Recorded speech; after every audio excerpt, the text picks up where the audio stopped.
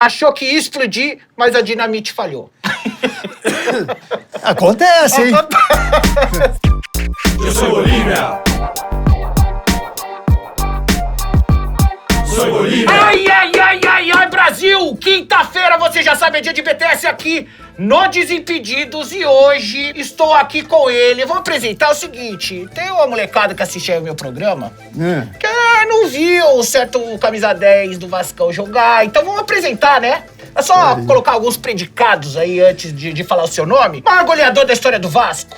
708 gols, é isso? Verdade. Atleta com mais jogos pelo Vasco, 1.110 jogos. Verdade. Maior artilheiro do estádio de São Januário, 184 gols. Verdade. Maior artilheiro da história do Campeonato Brasileiro, com 190 gols. Verdade. Do Campeonato Carioca também, com 279 gols. Verdade. Tá bom já, né? Roberto pô, Dinamite. Que legal. é isso, Roberto? É um prazer ter você Maravilha. aqui. Prazer é todo meu, cara. Esse programa de hoje tem o patrocínio aqui do Shampoo Clear. É por isso que a gente tá com o Robertão aqui. E que você é um homem que sempre se desafiou dos pés à cabeça, né, Robertão? Você preferia meter gol com o pé ou com a cabeça? Você acha que era com qual dos dois? Cara, eu fiz gols de todo que é jeito.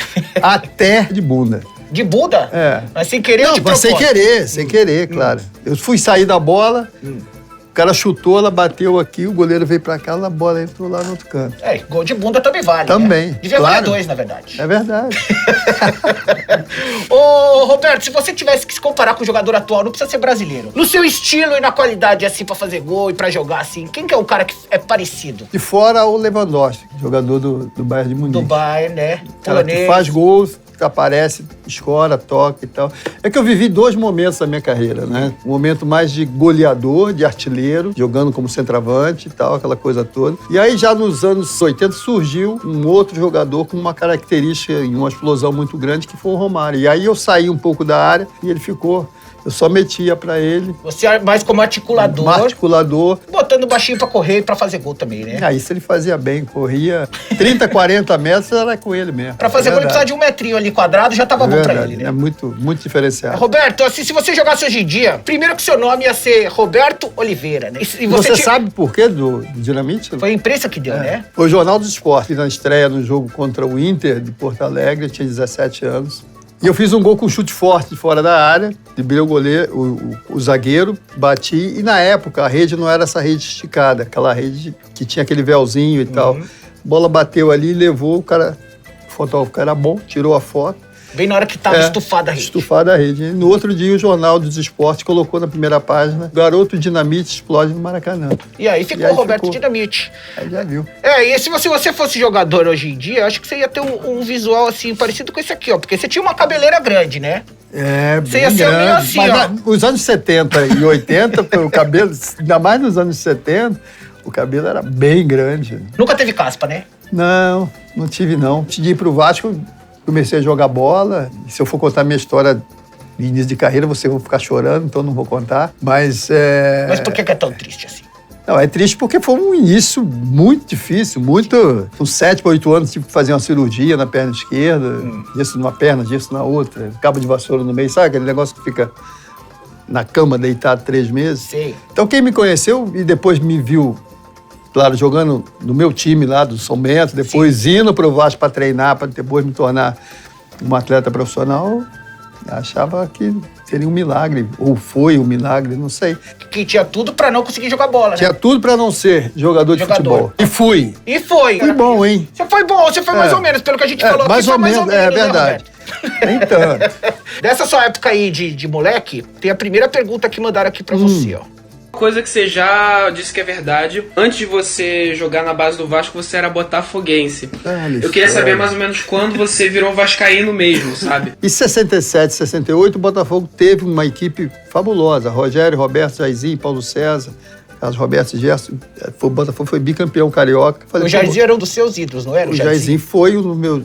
Continua sendo um dos maiores ídolos, um ídolo. O Jair jogava na seleção pela direita, como ponta, mas no Botafogo era um meia atacante. Meia atacante. Né? Jogava Roberto e Jairzinho, a dupla de atacantes do Botafogo. Falei, vou torcer para esse time.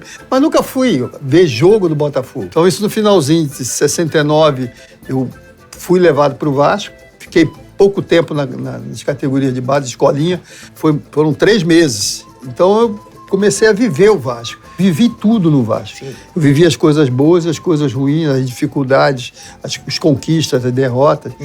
Então, a minha relação com a instituição, com o clube, com as pessoas que estavam ali ao longo, não de um ano, Sim. que às vezes você joga um ano, sai, joga 2 anos, sai. Eu joguei 10 anos.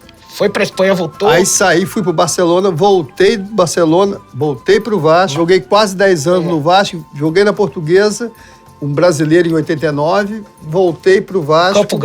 Campo Grande, joguei um campeonato carioca e depois voltei pro Vasco para encerrar minha carreira. Quase 20 anos só de Vasco da Gama. E aqui o cara falou aqui, maior ídolo da história do Vasco. Aí tem uma pergunta exatamente sobre isso. Eu me considero um dos ídolos da história do Vasco. Saudações vascaínas, ídolo.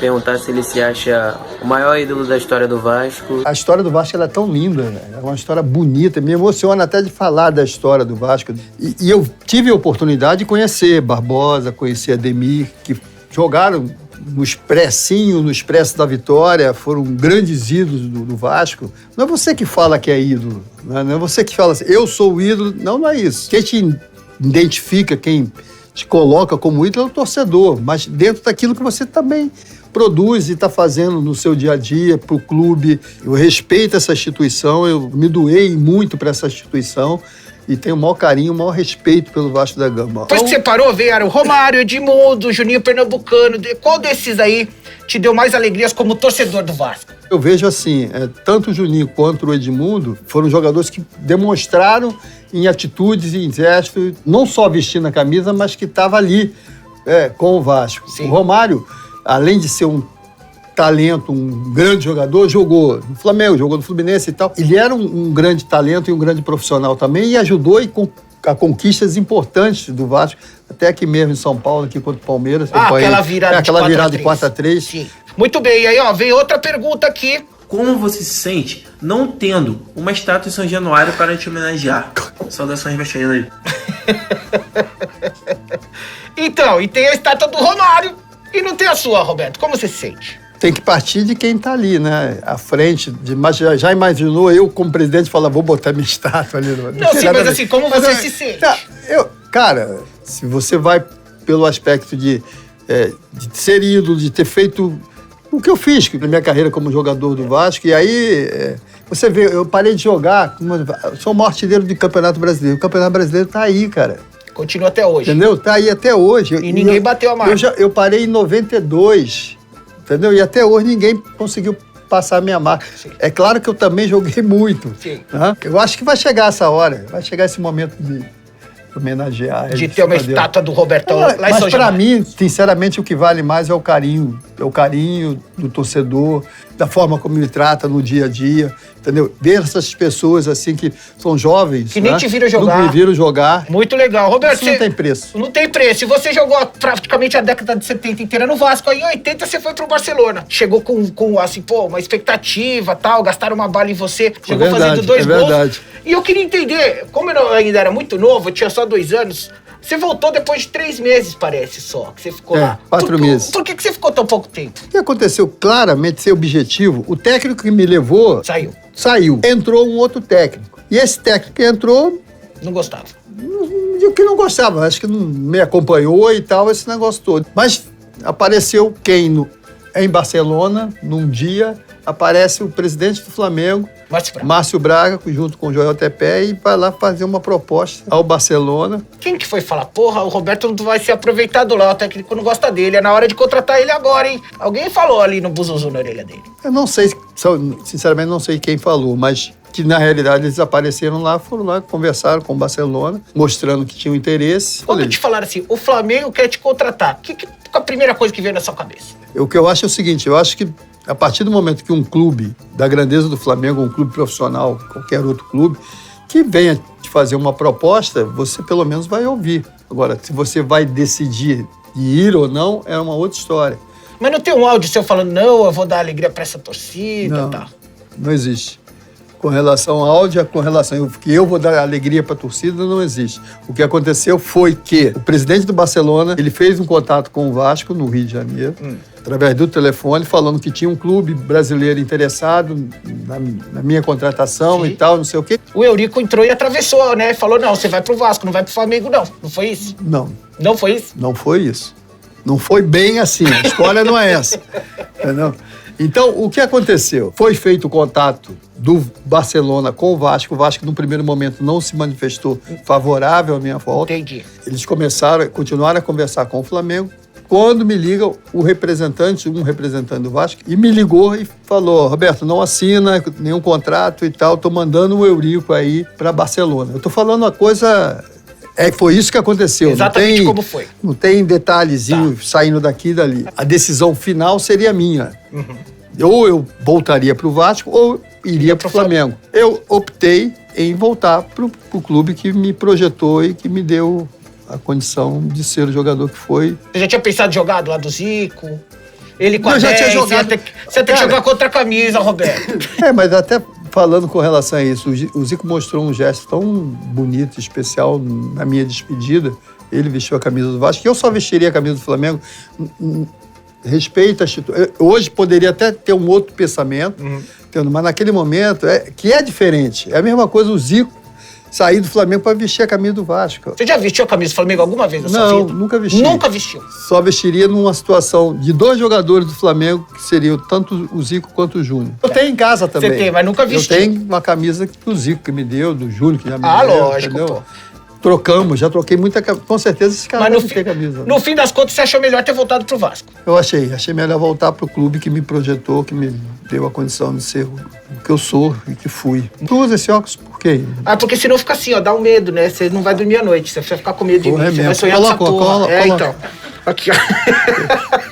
Melhor, não é? Ficou melhor. Então, fica mais simpático. É verdade. Roberto, você voltou pra jogar Isso aqui é água mesmo? É água, mas tem alguma coisinha, né? Tô brincando, isso. não tem nada, não. Fica tranquilo.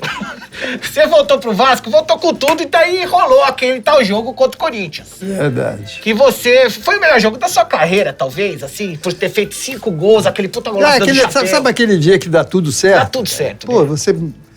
E que você jamais poderia imaginar isso, né? Porque futebol, você pega um adversário forte, que era o Corinthians, de Sócrates, de Amaral, Caçapava, Vladimir, que era um time realmente muito, muito competitivo. E aí você vai pro Maracanã, cara, numa volta aonde... Tinha tido o jogo do Flamengo, não tinha? E o Flamengo a torcida do Flamengo ficou lá pra torcer contra o Vasco. Jogou Flamengo e Bangu na preliminar. Fla-Fiel, né? Fla-Fiel, e aí a torcida do Flamengo foi pra junto da torcida do Corinthians. Isso. E aí você teve um gostinho especial também, né? Não, muito. Um gostinho não, muito. Um gostão, né? Pô, acho que chutei 6 vezes, eu fiz 5 gols, cara. Tava então, iluminado. Pô, a coisa tava... O dia que você tá cagado, dá tudo certo. Né? Mas era bom. Aquele gol que você bateu no peito, deu o chapéu e deu um gol assim, foi meio cagado também, foi meio sem querer, né? Foi a bola bateu, você entrou, não foi meio assim? Eu já vi que você entende muito futebol.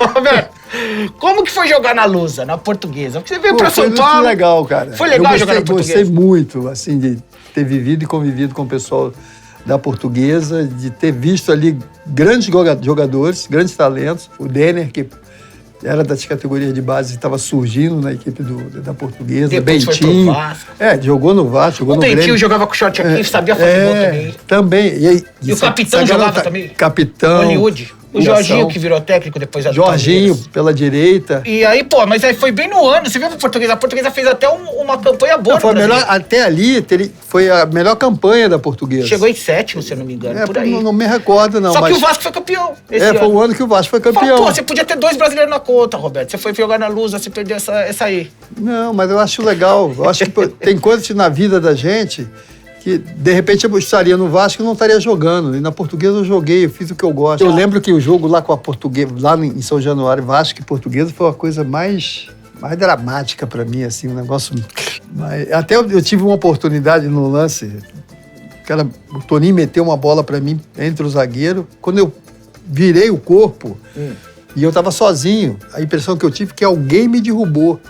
Alguém me deu tipo uma banda, sabe? E não tinha ninguém? Não tinha ninguém, cara. É o espírito vascaíno que te deu. Não vai fazer gol na gente, não. Isso, Quando eu cheguei no vestiário, os caras brincando comigo, falando, porra, tu não quis fazer o gol no Vasco, e não sei o...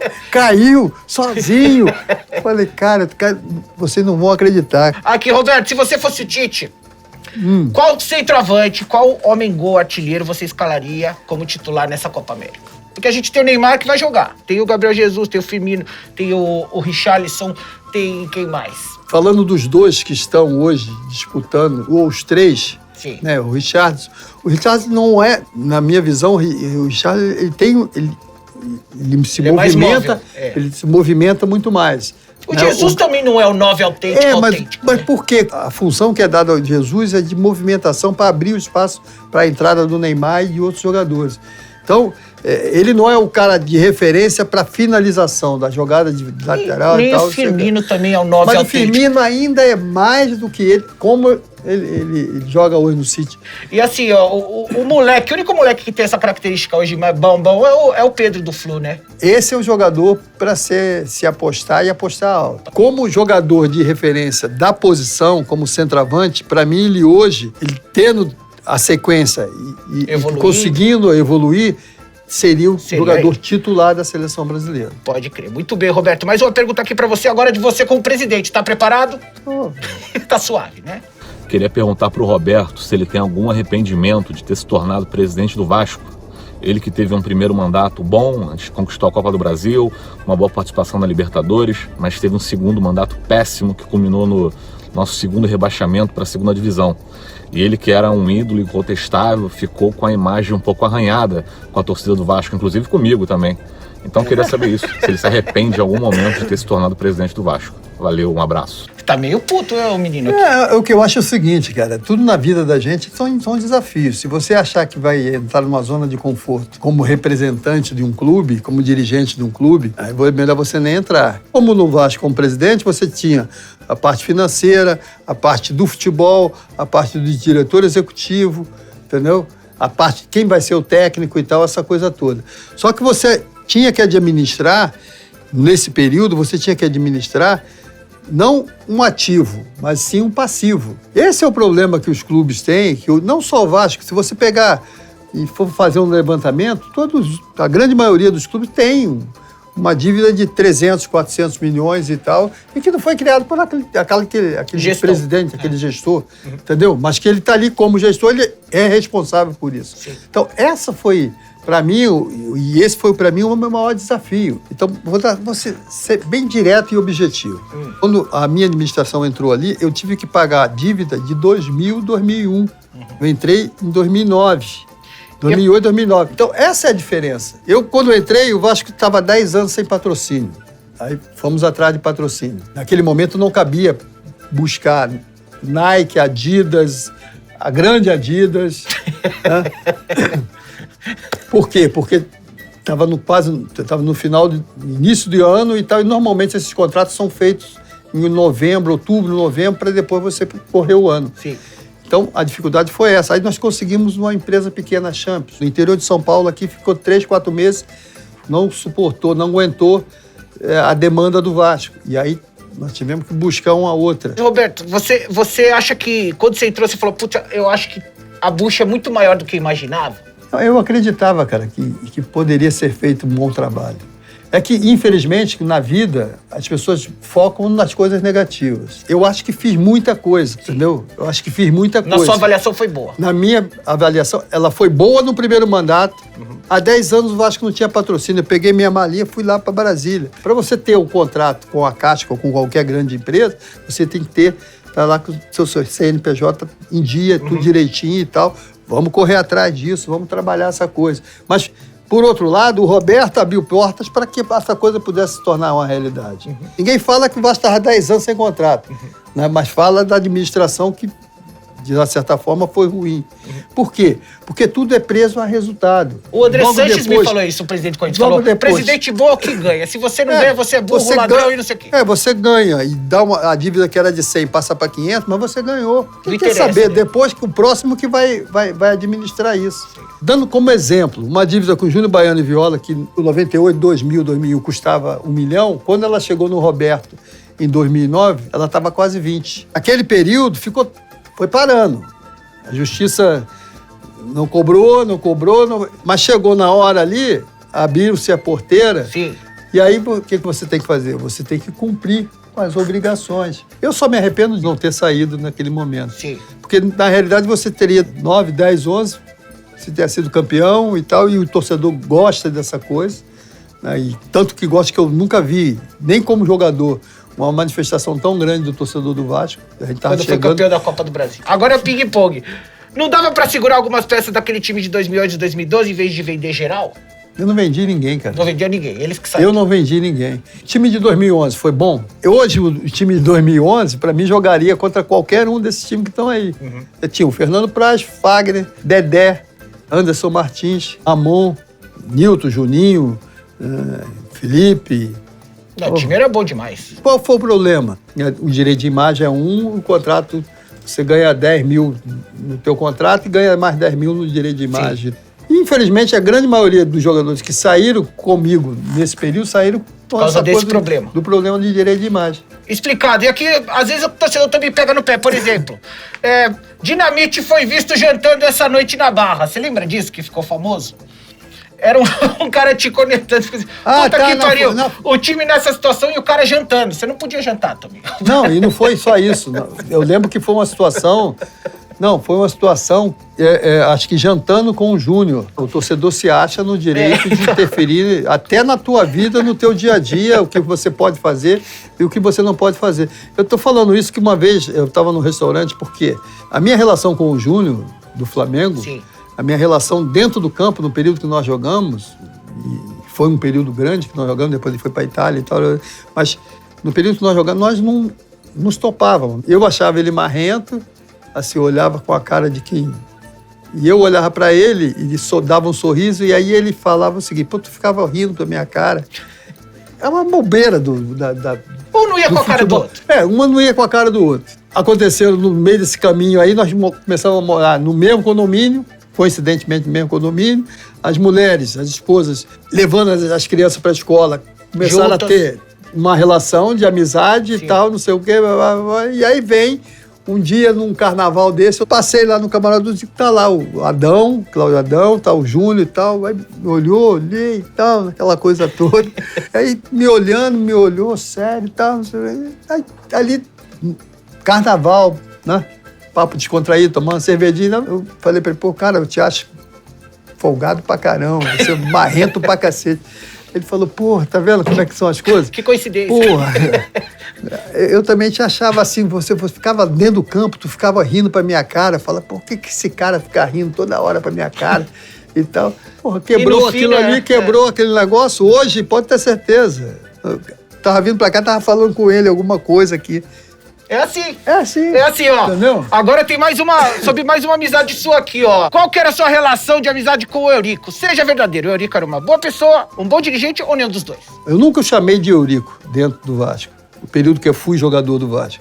Eu sempre o tratei e chamei de Doutor Eurico. A relação era uma relação de respeito, entendeu? E depois, ficou ruim? Depois ficou ruim porque teve uma situação que me desagradou e muito. Aquele cara que você foi expulso da tribuna? Foi aquele papo, porque eu fui pro jogo, eu não estava afim de ir pro jogo do Vasco, estava saindo para almoçar com a minha mulher, com as crianças e tal, não sei o quê, e meu filho, com 10 anos, falou, pai, vamos pro jogo, quero ver o jogo e tal. Eu falei, porra, filho, eu era Vasco e Ponte Preta, um negócio assim, um jogo médio, né? Nós fomos pro jogo, cheguei lá, encontrei os amigos, pô, vamos ficar aqui em cima e tal. Quando eu passei... ao lado da tribuna, o Calçado, que era o presidente de honra, o Calçado me chamou, Roberto, vem aqui, traz o Rodrigo aqui pra tribuna e tal, não sei o quê. Deu um intervalo do jogo, e aí tava com o Rodrigo, meu filho, tinha 10 anos. Aí ficamos ali, eu desligado ali e tal. Quando eu olho no sentido de onde fica a sala da presidência, que é um corredor grande, eu vi que o rapaz responsável pela tribuna, que recebe as pessoas, estava voltando de lá e chegou perto de mim e fez assim, falar contigo. Falei, tá bom, o que houve e tal, não sei o quê, né? Ele falou, o presidente está pedindo para você se retirar da tribuna. Aí eu falei, pô, mas por quê? O que houve? Não, acho que houve um desentendimento entre vocês e tal, não sei o quê. Tá bom, cara, olha... Você ficou surpreso na hora? Eu fiquei surpreso porque... É o que eu tô falando, eu nunca o tratei de uma outra forma, ele nunca levantou a voz para mim. Falei, eu achei estranho. Aí saí, fui lá no presidente, no Calçada, falei, seu Calçada, o Rodrigo está cometendo um grande erro. Eu vou sair da tribuna, mas ele está cometendo um grande erro. Eu saí dali do jogo, fui para casa, falei com a minha mulher o que tinha acontecido e perguntei para ela, falei para ela, observa o Rodrigo, o Rodrigo estava ali, o cara mandou sair e tal, não sei o quê. E aí, quando cheguei em casa, ela falou, olha, ele está um pouco em choque e tal. E como criança, com 10 anos, virou para a mãe e falou assim, pô, mãe, hoje eu e meu pai pagamos o maior mico lá em São Januário. O Bolso mandou a gente sair da tribuna. Então, isso para mim, cara, pode ser você, qualquer um. Eu respeito as pessoas. Respeito para ser respeitado. Agora, não faço, não consigo e não sei bajular ninguém se eu não gostar da pessoa. Mas você cortou relação com ele depois? Cortei, no ato.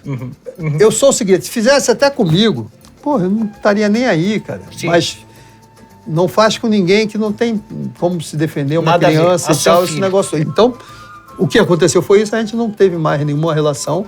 Tivemos que ter relação, porque eu era o presidente do clube e ele era o presidente do conselho do Grande Benemérito. Mas a menor possível, entendeu? Né? E aí, estava ali, tinha que discutir alguma coisa, se discutir alguma coisa. E pronto. Muito entendeu? Bem. Então, ô, Roberto, se você fosse presidente, você teria contratado o Luxemburgo? Você acha que foi uma ótima contratar o fechou o Luxo agora, nesse momento? O Vasco tá... Nesse momento da gravação, o Vasco é a lanterna do campeonato. Eu acho que o Luxemburgo tem qualidades técnicas para administrar o time do Vasco. O Vanderlei, como técnico, ele é excepcional. Porque você tem o técnico que escala o time que põe dentro do campo e tem o técnico que olha o jogo e vê 10, 15 minutos e sabe o que ele pode modificar. E o Vanderlei tem isso. Ele, em alguns momentos, ele se extrapola. Pelo que eu vi da entrevista dele, ele está mais centrado, entendeu? Sim. Agora, ele precisa ter... ele já tem a equipe dele de trabalho, o Melo é um grande profissional, um grande preparador físico, e eu acredito nesse trabalho. Quando você chega com alguém que tem um peso, que é alguém que sabe o que está fazendo, levanta o astral da rapaziada. Sim, agora, só isso não basta. Eu acho que tem que contratar, no mínimo, mais 2, 3 jogadores. Muito bem, para acabar, já ou jamais? Fumou um charuto com o Eurico? Jamais. Jamais. Achou que era melhor que o Zico? Jamais. Com um detalhe. O que Zico que representava o Flamengo, eu representava pro Vasco. Muito bem. Ponto. Deu uns tapas do Carlos Alberto. Deu o quê? Uns tapas. Não, cara. Não, só brigaram, discutiram só. Eu? Com o Carlos Alberto? Carlos Alberto, nada? Não, nunca. Zero? Não, zero. Jamais, então? Jamais. Xingou o Diego Souza quando ele perdeu aquele gol contra o Corinthians? Na hora. Jamais. Na hora? Na hora eu fiquei, desculpa, puto da vida, pode, sabe tá por quê? Palavrão. Eu fiquei puto, sabe por quê? Porque o Diego, pra mim, é um dos grandes jogadores que eu vi jogar. Finalizador, o cara cabeceia bem, mete muito bem a bola. Você não mandou eu tava daqui olhando e o Cássio vindo na direção dele e aquilo ali eu fazia bem. Eu era bom. Você não perdia aquele gol? Eu era bom. Não perdia, né? Não, sentado lá eu não poderia nunca. Agora, se estivesse dentro do campo, poderia acontecer. Muito bem. Dançou no trio elétrico chapado de cerveja depois de um título? Já. Não chapado. Quando você fala chapado, o cara tá... Não, tá alegrinho. Tá alegre. Tá. Porra, eu tava. Você viu esse vídeo, né? Pelo jeito. Pai, foi voltando lá do aeroporto para São Januário. Merecido com o título da Copa do Brasil. Você falou que foi até mais emocionante do que quando você era jogador, né? Muito. Muito bem. Chorou depois do rebaixamento do Vasco? Chorei. Aumentou minha pressão. Hoje eu tomo remédio por causa dessa porra desse rebaixamento. Mas não me arrependo, assim... Pô, o Vasco me deu muitas alegrias. Claro, pô. Então, isso não estaria em discussão. Então, última pergunta, Roberto. Aqui, fala aí. Achou que ia explodir, mas a dinamite falhou. Acontece, hein? Essas coisas já aconteceu. Já aconteceu, pô. Bola na cara do gol aqui e tal, não sei o quê. Pô, o cara vai... Acendeu ali e apagou. Chutei pra fora e tal, aquele negócio todo. Mas o aproveitamento era muito melhor. É bom, muito bom. É bom. Valeu, Roberto. Muito obrigado pela entrevista. Valeu. Tudo de bom pra você. Foi do caralho. Valeu, Brasil. Até o próximo Bolívia Talk Show. Quinta que vem, aqui no Desimpedidos. Essa foi da hora com o Bob Dynamite. Quinta que vem é nóis. Falou. Beijo. Valeu. Tchau.